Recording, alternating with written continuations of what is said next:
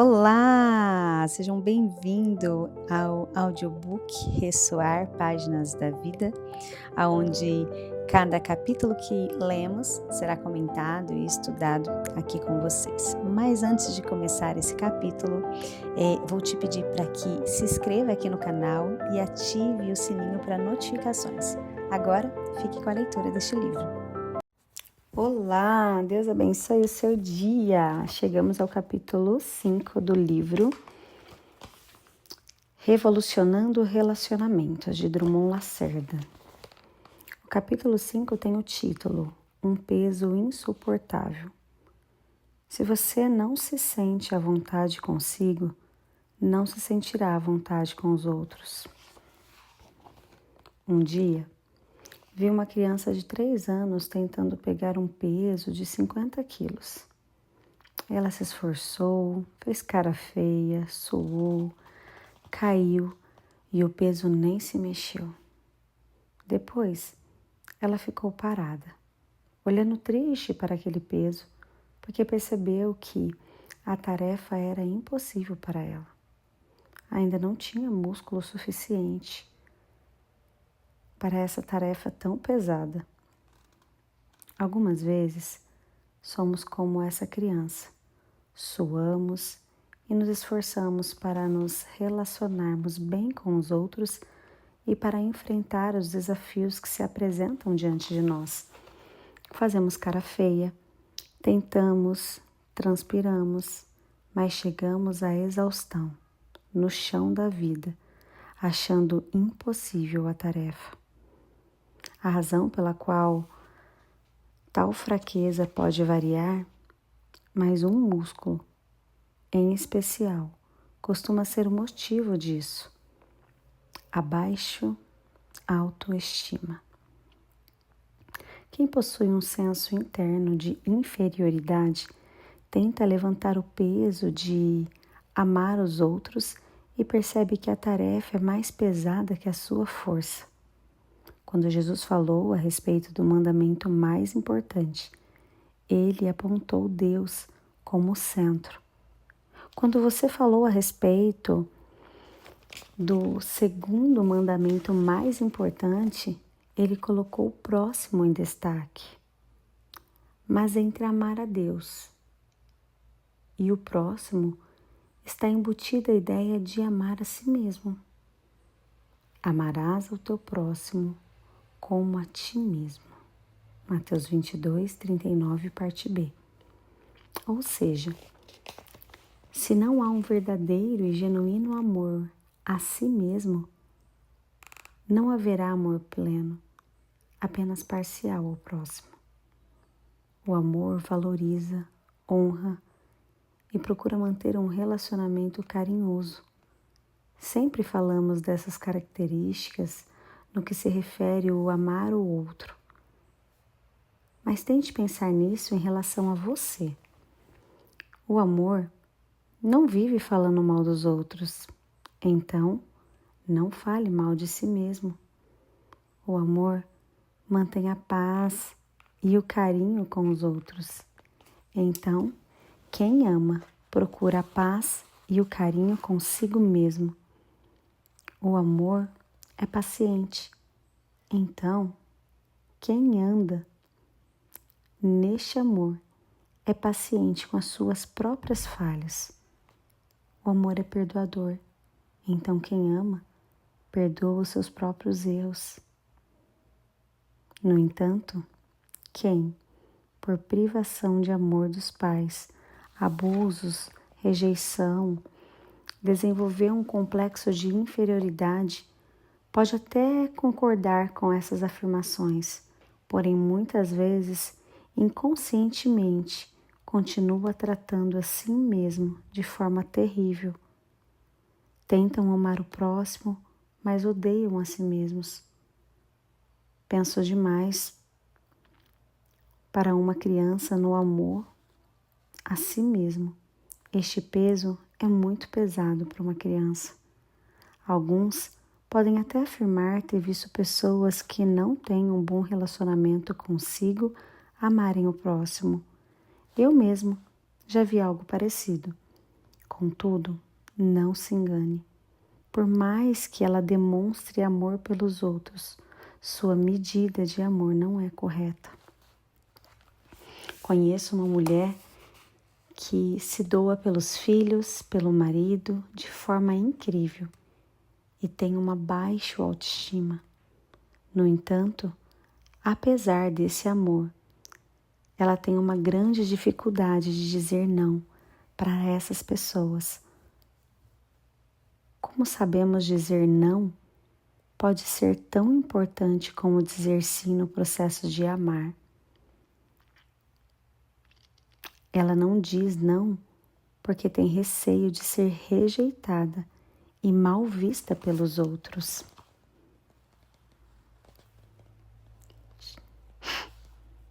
Como ela mesma se vê inferior, não permite que ninguém mais faça o mesmo que ela.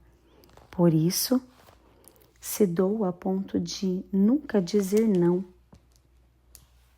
mesmo que não seja o melhor para o outro.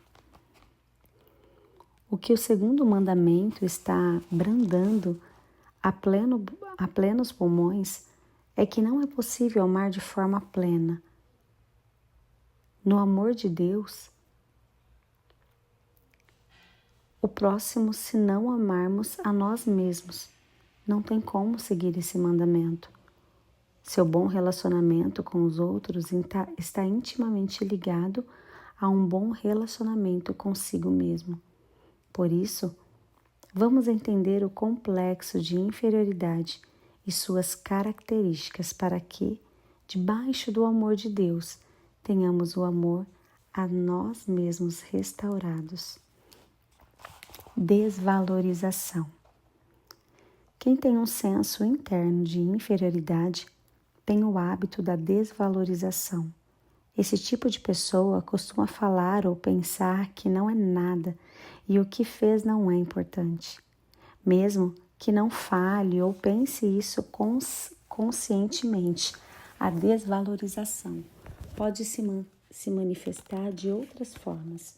Um exemplo é quando alguém recebe um elogio, mas no silêncio de sua mente não acredita nesse elogio. Em alguns casos, a certeza do desvalor é tão grande que elogios, pregações do amor de Deus por ela ou sucesso não tiram a pessoa dessa certeza. Algumas dessas pessoas até tentam falar de forma positiva a respeito de si mesma, porém, internamente, continuam desacreditando no que dizem. Tentam dar aos outros frutos sem lidar com a raiz do problema. Muitas delas foram machucadas com palavras dos pais que disseram coisas do tipo: você não vale nada, seu burro, seu irmão é melhor que você. Outros não ouviram nada disso. Contudo, no silêncio dos pais e na dificuldade deles de demonstrarem amor, ouviram a mensagem de que não eram amadas. Ainda há aqueles que sofreram a traição de um cônjuge, ficaram desempregados ou passaram por uma determinada prova. Diante do fracasso, aceitaram que são um fracassado.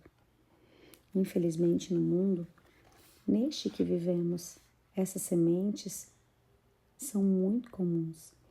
Rejeição de pessoas e experiências ruins é algo que não dá para evitar. No entanto, precisamos aprender a lidar com isso. Não somente os fracassos e frustrações, mas também precisamos aprender a lidar e questionar o que o mundo chama de sucesso. Pois se olharmos com calma, muito do que as pessoas tomam como fracasso e as levam a um desvalor interno está baseado em metas irrealistas projetadas pela mídia e pelo mundo que vivemos. Um exemplo disso é o padrão estético. Para muitos, o padrão de beleza foi alcançado Gisele Bündchen, Brad Pitt. Para ser bonito, precisa então ser magro como fulano e forte como cicrano. Por isso, muitas mulheres não percebem que o fato de se acharem feias está baseada em um padrão estético estabelecido de forma irrealista. Começam assim a não ver a beleza que possuem e desenvolvem um senso muito forte de inferioridade. Outra questão que esta era capitalista apresenta é a realidade do valor associado ao fazer. Pessoas são importantes se são produtivas. Certa vez, aconselhei um senhor que trabalhava intensamente durante a vida toda e se aposentou. Agora, ele dizia que se achava sem valor por não estar trabalhando, ou seja, em vez de aproveitar o momento que vivia, ele estava atribuindo a si mesmo uma inferioridade por não estar produzindo. Seu valor estava preso ao que fazia.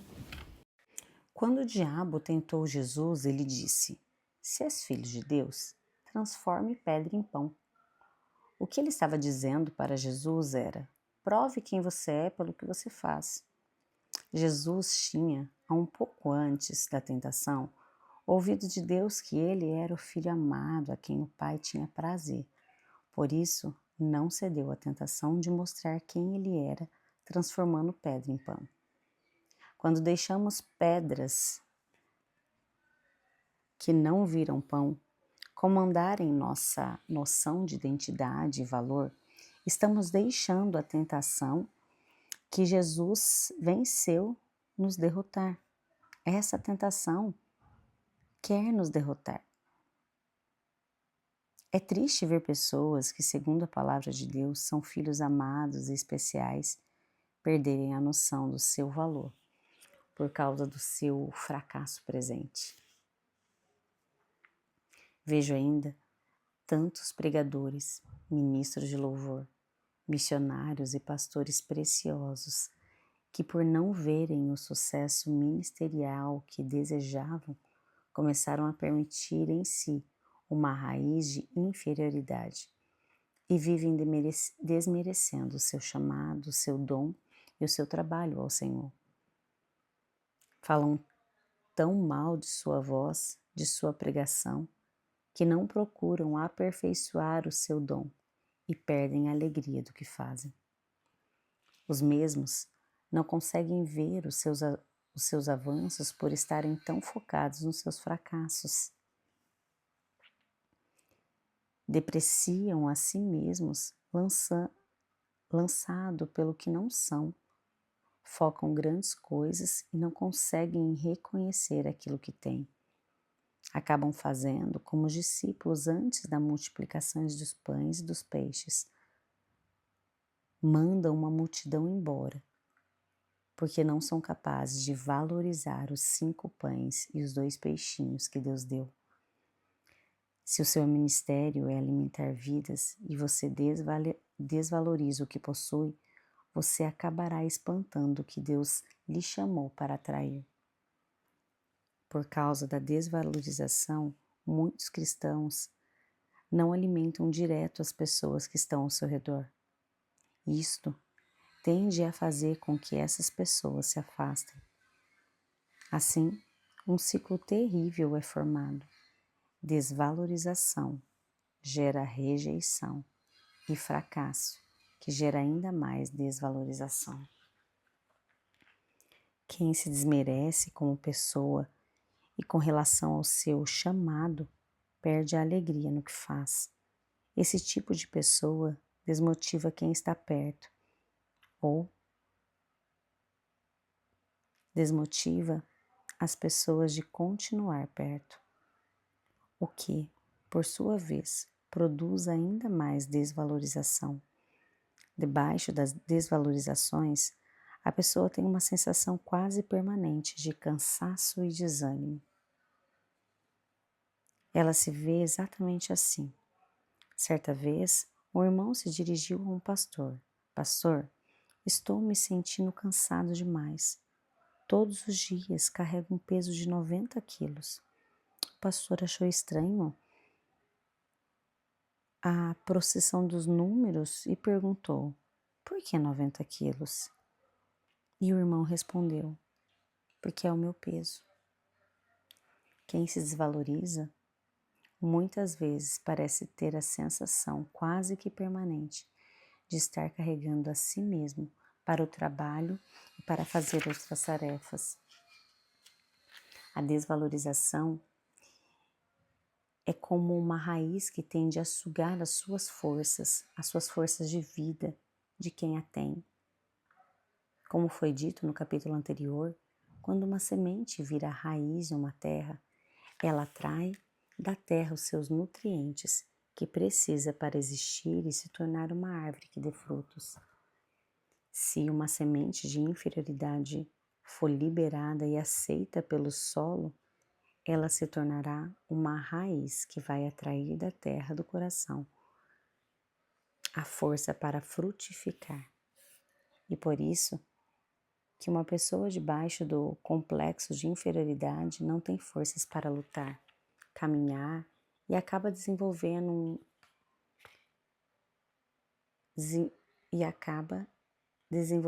desânimo e desistindo de projetos. Nesse contexto de desvalor e desânimo, muitos acabam tendo pensamentos recorrentes de suicídio.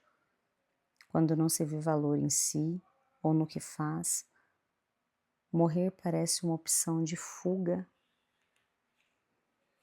Observe que o apóstolo Paulo certa vez disse: porque para mim viver é Cristo e o morrer é lucro. Entretanto, se viver na carne traz fruto para o seu trabalho, já não sei o que hei de escolher. Ora, de um e outro lado, estou constrangido, tendo o desejo de partir e estar com Cristo, o que é incomparavelmente melhor. Mas, por vossa causa, é mais necessário permanecer na carne. E convencido disso estou, de que ficarei e permanecerei com todos vós. Filipenses 1, do 21 ao 25. Não que Paulo tivesse tendo um desejo suicida nesse texto. Na verdade, ele estava apenas afirmando uma verdade básica no cristianismo. Morrer é estar com Cristo no céu e incomparavelmente melhor do que estar na terra. Porém, embora Paulo deseje estar com Cristo, ele via a si mesmo e o que fazia como algo importante para os irmãos. Por isso, preferiu estar na carne, ou seja, vivo para ajudar os mesmos. Seu senso de valor próprio do que fazia não permitiu que ele desejasse morrer e estar com Cristo, mesmo que isso não seja o melhor para quem ama Cristo. Muitos cristãos, debaixo do senso de desvalor de si mesmo e do que fazem, desejam o céu, não de forma sadia, mas como uma forma de escaparem da sua existência terrena. A morte passa a ser uma ideia recorrente, mesmo que na maioria das vezes não executada, por causa da condição de desprezo ao que é e ao que fez. Sementes na boca de pessoas ou na experiência ruim podem gerar uma raiz de inferioridade. Com isso, o fruto de desvalorização aparece. Nessa hora, é vital não apenas lidar com o fruto, mas com a raiz também. Questione a veracidade da semente que gerou a raiz em comparação com a semente da palavra de Deus. Não importa o fracasso que tivemos, ou que nossos pais falharam, ou nos falaram, a semente do amor de Deus tem a palavra final sobre nosso verdadeiro valor. É necessário entender e crer profundamente que maior do que os outros e as experiências dizem é que Deus é o que Deus diz. Agindo dessa forma, deixaremos que o amor de Deus, pouco a pouco, penetre no solo do nosso coração e crie uma raiz de valor e que dê muitos frutos. Comparação. Na raiz da inferioridade está a desvalorização, e dela pode brotar a comparação. Pessoas que não têm valores bem estabelecidos por Deus dentro do seu coração podem acabar, consciente ou inconscientemente, se comparando com os outros. O dicionário define comparação como estabelecer confronto entre igualar-se, rivalizar. Fica claro que quem estabelece confronto entre si e alguém nunca conseguirá, de forma plena, amar esse alguém. A comparação pode gerar competição. Muitos, por se sentirem inferiores, disputam com os outros. Maridos e esposas, às vezes, disputam para ver quem está com a razão, em vez de ouvirem o que o outro diz a respeito de determinado assunto e resolver melhor essa situação. Irmãos também rivalizam seus talentos com outros que oprimem em vez de ajudar o outro a se destacarem. A competição leva à inimizade, pois em vez de levantar quem está perto, eu quero vencê-lo. Mas esse processo de competir e vencer o outro é apenas para que a pessoa possa se sentir melhor diante a sua inferioridade. A comparação pode gerar uma desfiguração para baixo ou para cima. Quando alguém se compara com o outro e se vê acima do mesmo, pode se desfigurar para o orgulho e acabar desprezando e machucando o outro. A verdade é que muitos procuram o pior nos outros, apenas para se mostrar superior por comparação. O que essa pessoa muitas vezes não percebe é que a atitude de procurar o pior nos outros para se sentir melhor acaba afastando as pessoas, pois ninguém quer ficar de perto de pessoas que as desprezam.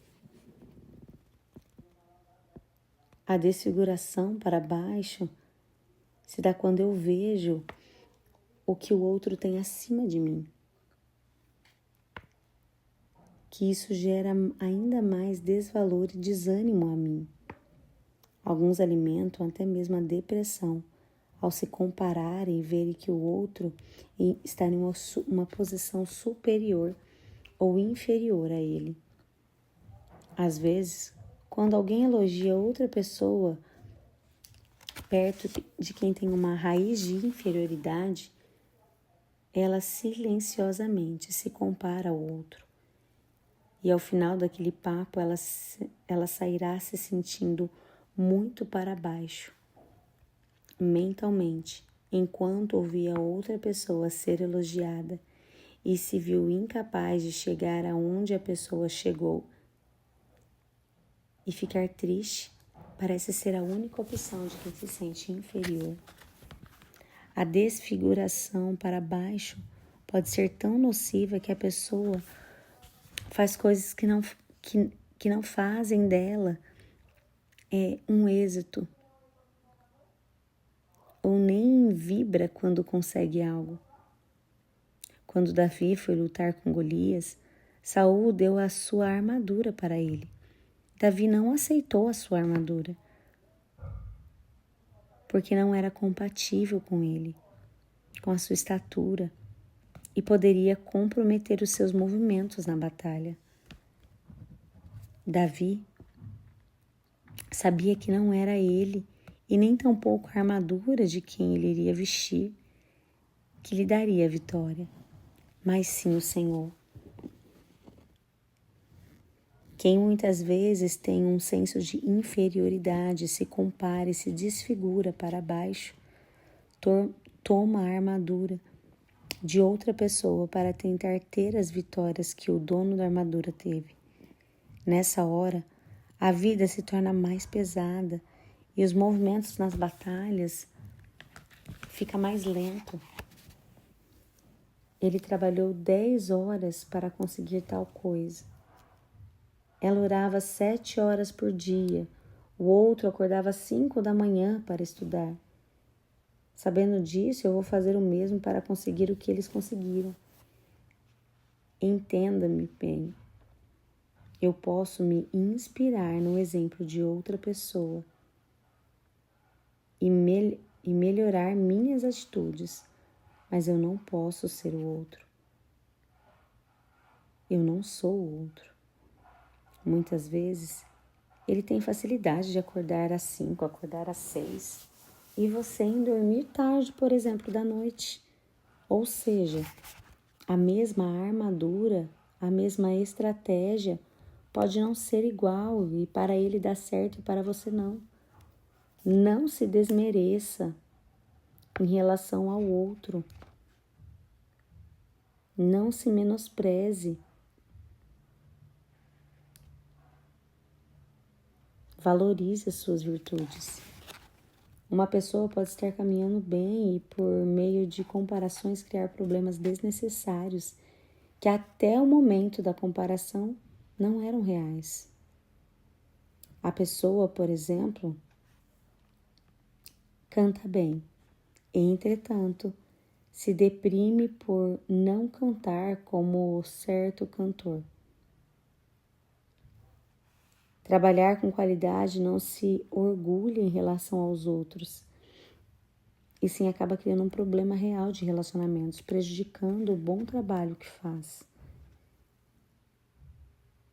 É um grande líder, todavia acaba competindo com outro líder e gerando uma inimizade que pode prejudicá-lo no futuro. Se não lidarmos com a raiz de inferioridade, não vamos continuar dando frutos. Vamos só continuar dando frutos de comparação, os quais tanto nos atrapalham nos relacionamentos interpessoais. Ciúmes e inveja. Seus irmãos lhe tinham ciúmes, de Gênesis 37:11. Esse recorte do texto se refere aos irmãos de José. Analisando a história, você percebe que Israel amava mais a José do que os seus outros filhos. Por isso, os ciúmes. Ora, Israel amava mais a José do que os seus outros filhos, porque era filho da sua velhice. E lhe fez uma túnica para lhe presentear. E assim seus irmãos viram que o pai o amava mais e odiaram-no e já não lhe podiam falar pacificamente. A semente da preferência de Israel por José gerou nos outros filhos uma raiz de inferioridade, que gerou ciúmes na alma deles. Quando uma pessoa se sente rejeitada por preferências de um filho ou por qualquer outra situação, ela pode se sentir ameaçada por qualquer pessoa. Aí está a causa dos ciúmes. Os ciúmes é a reação complexa de uma ameaça perceptível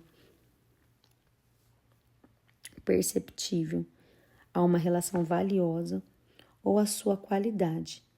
Basicamente, os ciúmes está baseado em um senso íntimo de inferioridade, desconfiança de si ou do outro, movido pelo medo de se perder o que se valoriza. A lógica dos ciúmes é que a pessoa se sente inferior em relação às outras e acredita que está perto de perder alguém que ama para uma outra pessoa. Por isso, a raiz do fruto dos ciúmes é a inferioridade. Quando falo de ciúmes, não falo me referindo a um receio legítimo de perder uma ameaça real ou lidar com isso. Estou me referindo a um medo constante e exagerado de perder algo para outra pessoa. Para quem tem ciúmes, a verdade é que o problema não é o outro, mas é o jeito que ela mesma vê. Alguns maridos reclamam muito nos aconselhamentos que suas esposas são ciumentas demais, argumentam que elas não confiam neles e eles ficam muito magoados com tanta desconfiança. Eles dizem: não aguento mais, estamos juntos há tempos, há anos, e ela não confia em mim. Na verdade, essa esposa ciumenta não confia no valor dela. Qualquer pessoa que se aproxima do marido dela é uma ameaça, porque ela acha que todas as mulheres são mais bonitas que elas e mais interessantes que ela. Se você lida com uma pessoa ciumenta, lembre-se disso. A desconfiança não é em primeiro lugar, mas o valor dela em relação aos outros. José foi maltratado pelos seus irmãos, não porque ele fez coisa alguma ou alguma coisa errada, e sim porque, perto dele, os seus irmãos se sentiam desvalorizados. Seus irmãos sabiam que nunca teriam a atenção que eles queriam de seu pai. Quando José contou o sonho, eles não vibraram e nem o encorajaram. Não porque o sonho não era de Deus, mas devido à ideia de que, mais uma vez, eles estariam abaixo de José. Há pessoas que têm uma reação agressiva a você, não porque você fez algo de errado, mas porque perto de você se sentem ainda mais inferiores. Nesse ambiente de ciúmes e inveja, pode aparecer. A inveja é um desgosto ou um pesar pelo bem do outro.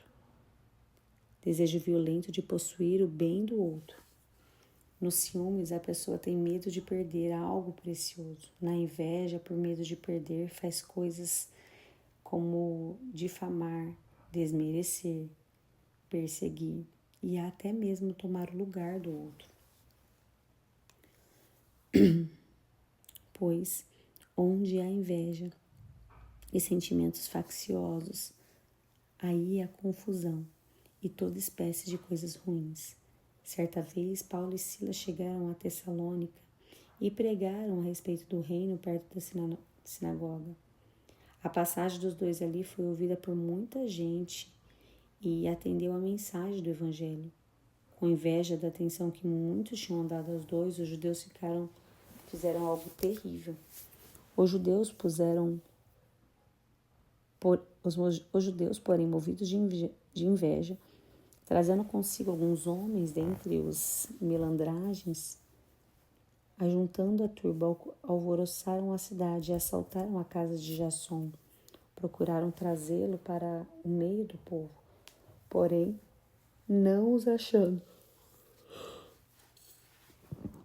Trouxe Jackson e alguns irmãos à presença do magistrado da cidade.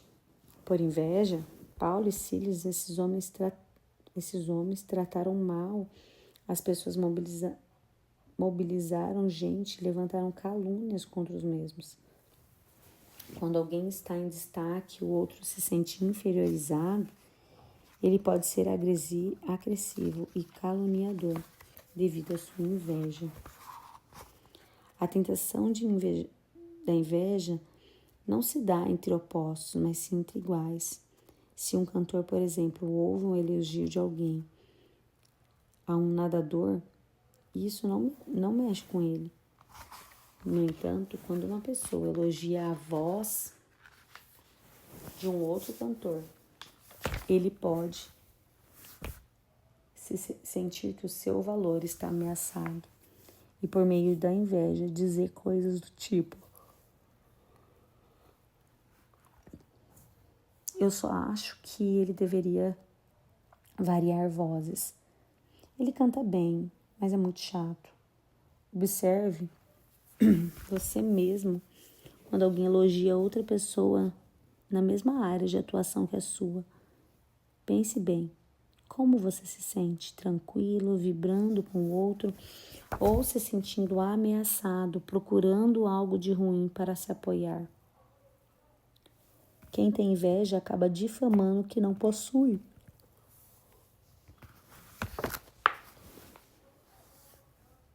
Como o ditado popular afirma, macaco que não alcança banana diz que a banana é podre.